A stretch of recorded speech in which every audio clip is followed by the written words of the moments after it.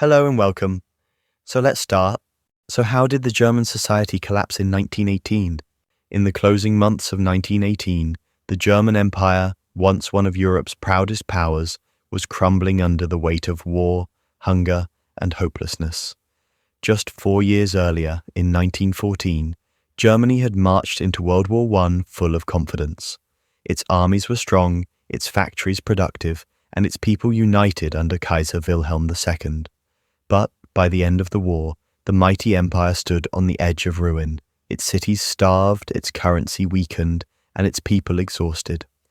At first, Germany had believed the war would be short and glorious.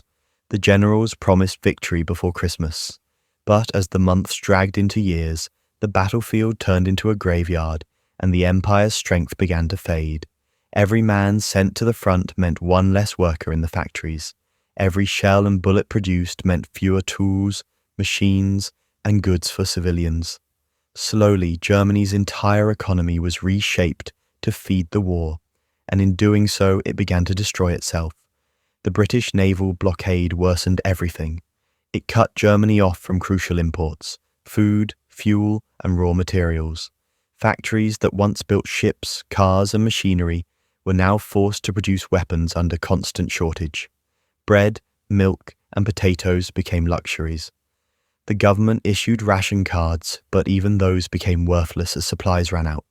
By 1916, many families were living on little more than turnips and thin soup. Inflation quietly began its march. As the war dragged on, the German government didn't raise taxes to pay for it. They borrowed instead. Billions of marks were printed and poured into war loans, under the belief that victory would make repayment easy. But as defeat crept closer, the value of money began to collapse. Prices soared, wages froze, and people began to lose faith in their own currency. Though hyperinflation hadn't yet exploded, the seeds were already planted deep into the soil of Germany's broken economy. At the same time, the human cost was staggering. Over 2 million German soldiers were dead by 1918. Millions more returned wounded, disillusioned, and bitter. Entire families lost their providers, and widows and orphans filled the streets. The empire's proud working class, once the driving force of its industrial power, found themselves unemployed and hungry. Strikes broke out in major cities, demanding bread and peace.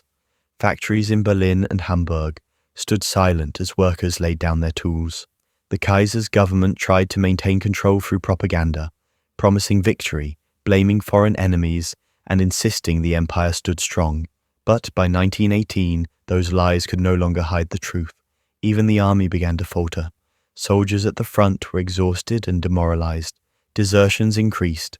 Rumors spread that the generals were sacrificing their men for pride. And when the high command finally admitted that defeat was inevitable, panic swept across the empire. In early November 1918, a spark ignited in the naval port of Kiel. German sailors ordered to launch a final suicidal battle against the British fleet refused. They mutinied instead, raising red flags and seizing their ships. What began as a single act of defiance quickly spread like wildfire. Within days, workers and soldiers across Germany joined the uprising. Cities fell under revolutionary control. The old imperial order, already weakened, began to collapse completely. Back in Berlin, chaos reigned. Crowds flooded the streets, calling for peace, food, and a new government. The empire that had stood for nearly half a century was dissolving from within. Facing total collapse, Kaiser Wilhelm II abdicated and fled to the Netherlands on November 9, 1918. That same day, Germany was declared a republic. The monarchy was gone, replaced by uncertainty. But the revolution did not heal Germany. It only revealed how deep the wounds ran. The new government inherited an empty treasury, a broken economy, and a starving nation. The armistice signed on November 11th stopped the fighting, but it didn't stop the suffering. Factories had no materials, railways were damaged, and the blockade continued until peace terms were signed. The people expected relief, but what came instead was chaos and blame. In the countryside, farmers refused to send grain to the cities, fearing worthless paper money. In the cities, crowds lined up for food that never arrived. The winter of 1918 to 19 became one of the hardest in modern German history. Energy shortages left homes cold. Disease spread. The once proud industrial heart of Europe was paralyzed. Politically, the situation was no better. Revolutionaries demanded socialism, while conservatives wanted the old order restored. Street battles erupted between different factions: communists, loyalists, nationalists, each fighting for control of a dying empire's ashes. The Weimar Republic, born in crisis, struggled to take its first breath. Meanwhile, Germany's economic nightmare deepened. The war had cost an estimated 150 billion marks, more than the empire could ever repay. Foreign trade had collapsed, gold reserves were gone, credit had vanished. Even before the Treaty of Versailles imposed its heavy reparations, Germany was already bankrupt. The paper mark, once strong and trusted, had lost its meaning. Factories that once led Europe in steel, coal, and machinery now stood idle. Mines were flooded, workers were unpaid, thousands of small businesses closed. Inflation continued to rise slowly, eroding whatever savings people had left. And as soldiers returned home, the job market could not absorb them.